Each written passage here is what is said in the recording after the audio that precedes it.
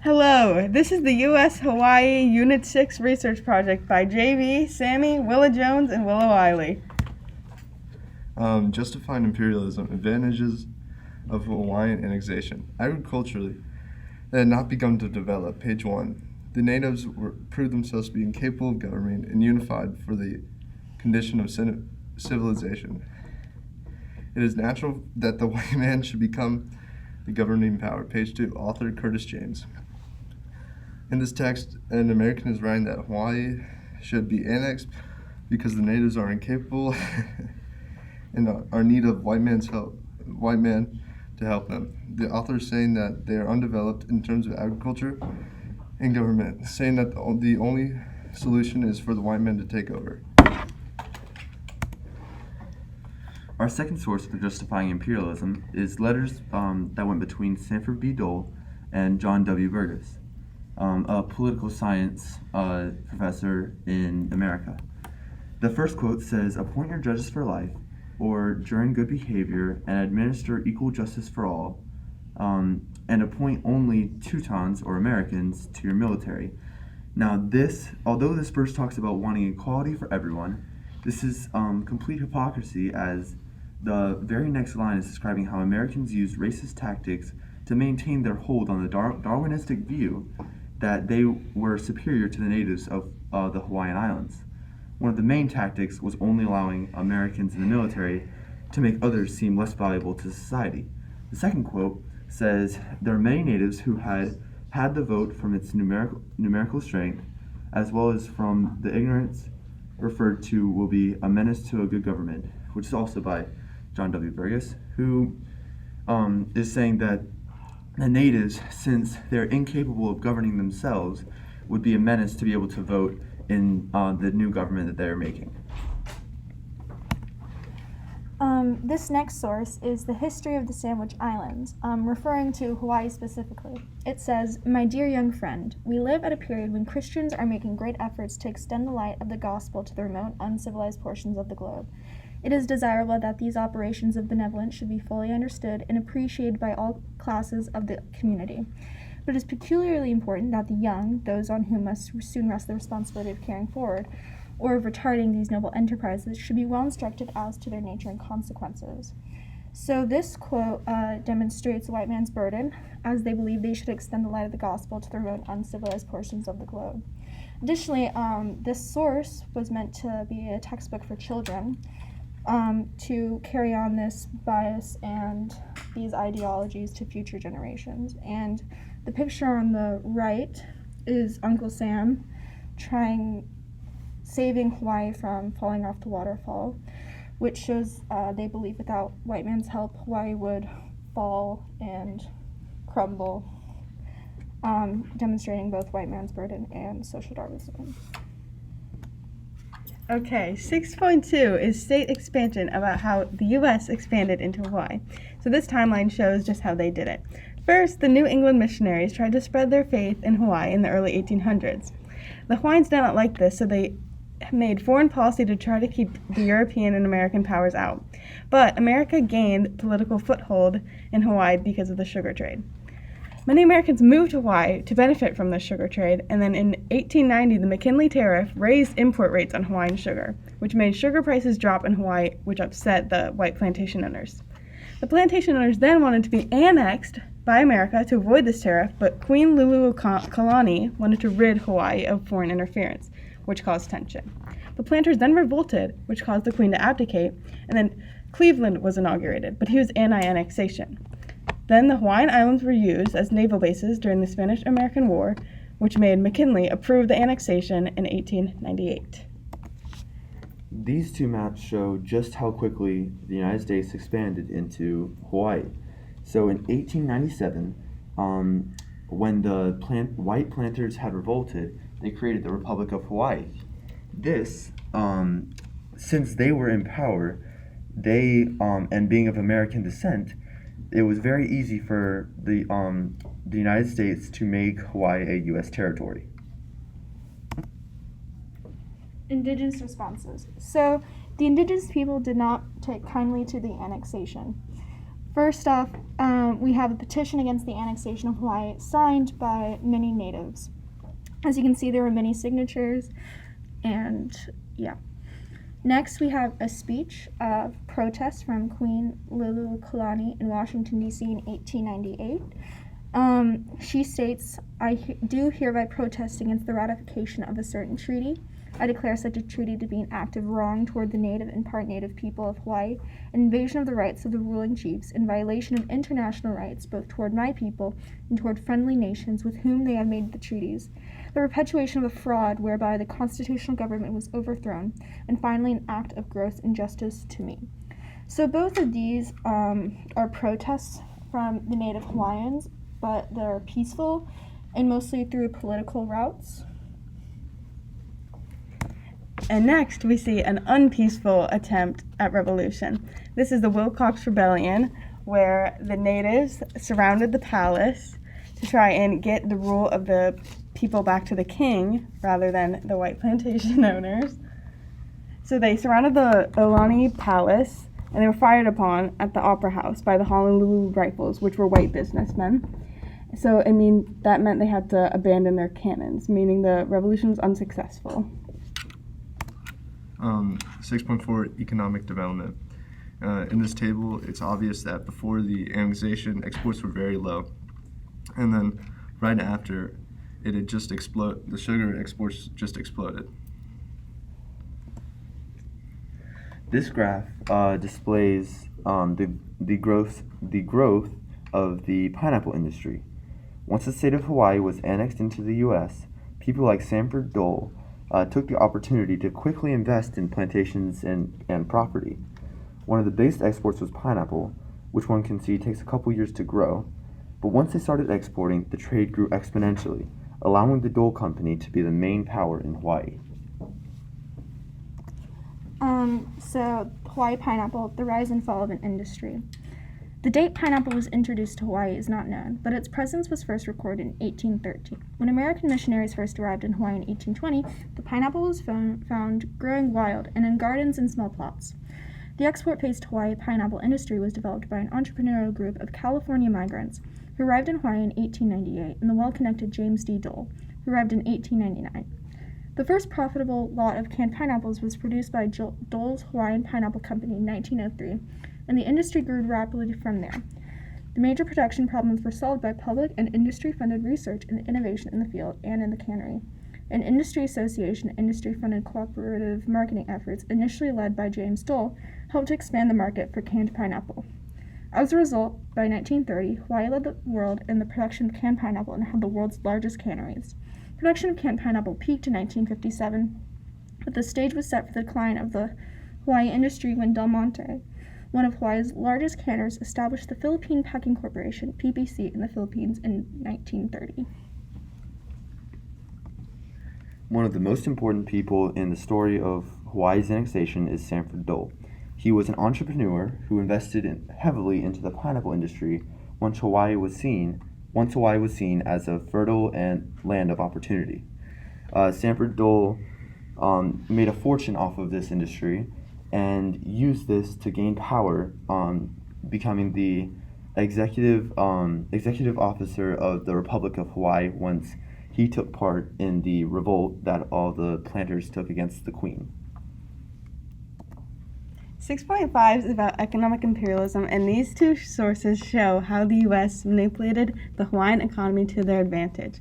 The first quote says, "The Treaty of 1875 virtually established free trade between the United States and Hawaii. Hawaii also agreed not to lease or otherwise dispose of any port, harbor, or territory or grant to any other nation the same privileges secured in the Treaty of the United States." And the second source says, "The Reciprocity Treaty of 1876 between Hawaii and the United States greatly expanded Hawaii's exports of sugar and rice to the United States, as well as U.S. exports of manufacturers to Hawaii.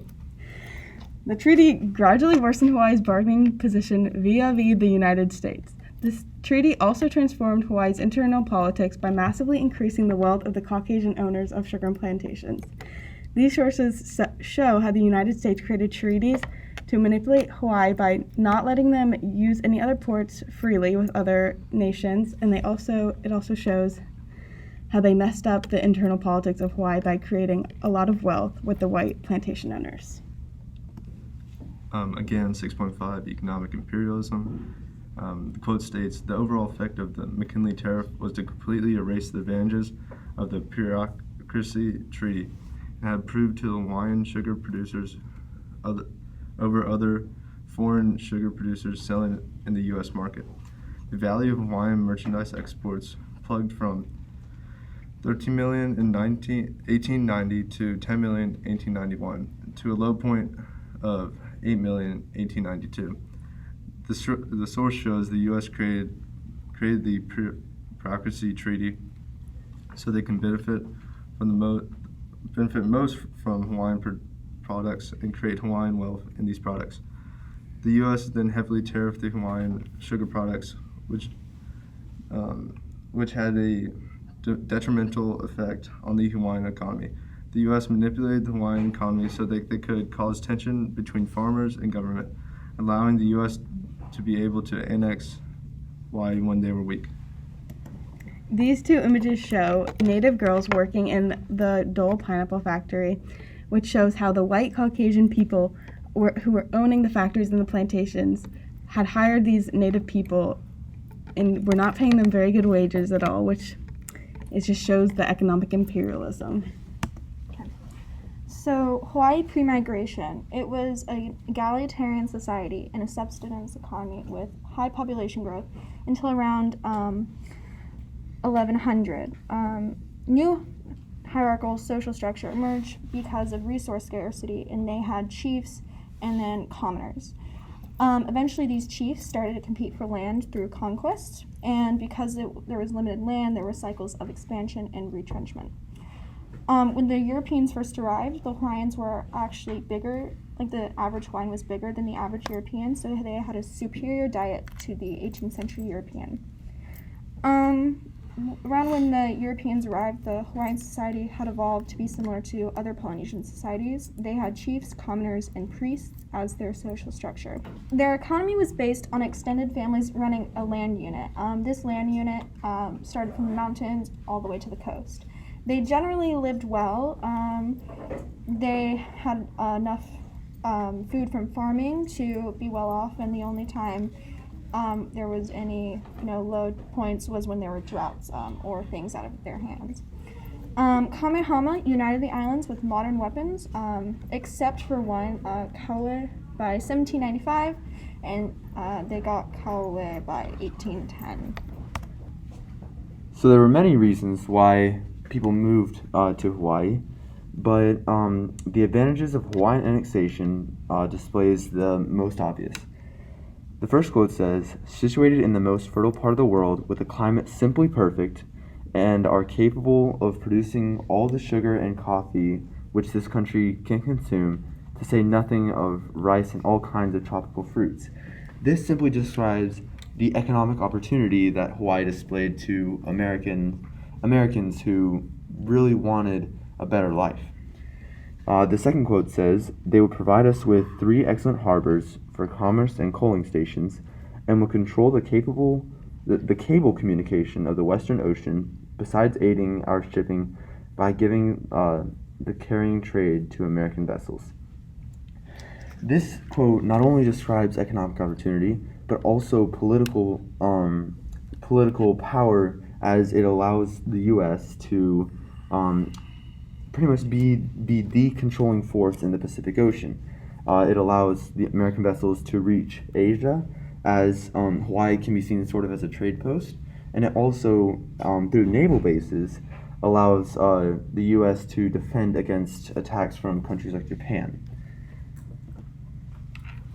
These two images show more causes of migration. The image on the right shows an image of Uncle Sam, and he's holding the Hawaiian Report, which says peace and prosperity, loyalty, thriving, industries increasing, commerce, and fine climate. These are all very good reasons to move to Hawaii, but on the back it says, report from the Philippines, send more soldiers, which is meaning that the Philippines are not taking as well to America's tactics. And then the image on the left shows a group of Puerto Rican people who had moved to Hawaii. Many Puerto Ricans were coerced to move to Hawaii due to a demand for sugar. Hurricanes had destroyed the island of Puerto Rico, ruining their sugar plantations, which meant there was more demand for Hawaiian sugar plantations. The workers would sail from San Juan to Louisiana, where they would have to take a train to the California coast. After that, they would ride a steamship to arrive in Hawaii. They were treated poorly upon arrival due to the lack of immigration laws, but despite that, 5,000 Puerto Rican people were living in Hawaii after less than 1 year. In spite of the hardships they faced, Puerto Ricans flourished in Hawaii and their culture heavily influenced local culture. 6.7 Effects on migration on population. In the table 1 shows the native population decrease over time as the overall population rose, meaning that migration to Hawaii had a detrimental effect on the native Hawaiians. Table 2 shows how many Americans moved to Hawaii from 1900 to 1950. It also includes the U.S. territories and increase over time. There were also many other effects on the native population. First, the Hawaiian language was banned by the new white leaders in 1896. That, as seen in this quote right below, shows that several generations of Hawaiians grew up as with their first language as English. This was extremely detrimental simply to the Hawaiian culture. Hawaiian cultural land was taken for military bases and plantations. This especially angered the natives because the Hawaiians were a very spiritual group of people. Hawaiians were evicted from their homes for Americans to live there, which led to protests. And then in 1976, Hawaiian natives protest the use of the island of Kahulawe as a bombing site. They also were not very fond of all of the immigrants that were moving, especially when the Puerto Ricans moved there and started taking their jobs. When the Puerto Ricans moved, the Hawaiians described them as unhealthy hookwormers who had brought disease to Hawaii. This was their view toward almost all immigration, as Asians became the dominant population as well. This photo also describes how post-annexation Hawaii had many Hawaiians were forced out of their lands. It also reveals how the U.S. military had a big effect on the country in 1893. Okay. 6.8 is about causation in the imperial age, and the imperialization of Hawaii caused an increase of migration from China, Korea, the Philippines, etc., to Hawaii, and the migration of those people increased significantly. This first quote says, "Unlike in the mainland U.S., in Hawaii, business owners actively recruited Japanese immigrants, often sending agents to Japan to sign long-term contracts with young men who had never before laid eyes on a stalk of sugarcane." The second quote says, "The influx of Japanese workers, along with Chinese, Filipino, Korean, Portuguese, and African-American laborers that the plantation owners recruited, permanently changed the face of Hawaii. In 1853, indigenous Hawaiians made up 97% of the island's population, but by 1923, their numbers had dwindled to 16%, and the largest percent of Hawaii's population was Japanese." These two quotes support the idea of 6.8 because it shows how foreign people increased, their migration to Hawaii increased at a higher rate after annexation than before because of the successful plantation economy that was established by the U.S. People had a goal of being able to work on the sugar pineapple plantations to make money. Here's this video.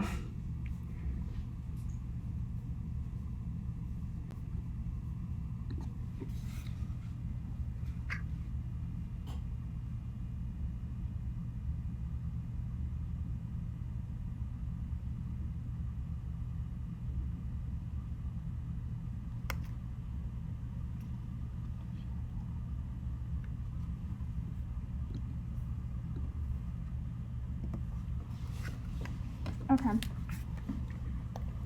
This census shows over time the Chinese, Filipino, Korean, and Japanese population grew, with some fluctuation, of course. This supports the idea that migration patterns to Hawaii changed population-wise and numerically due to American annexation.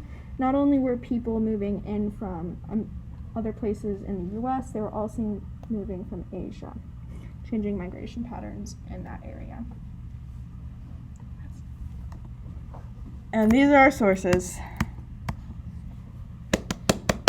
Okay, good job, guys. Oh my god.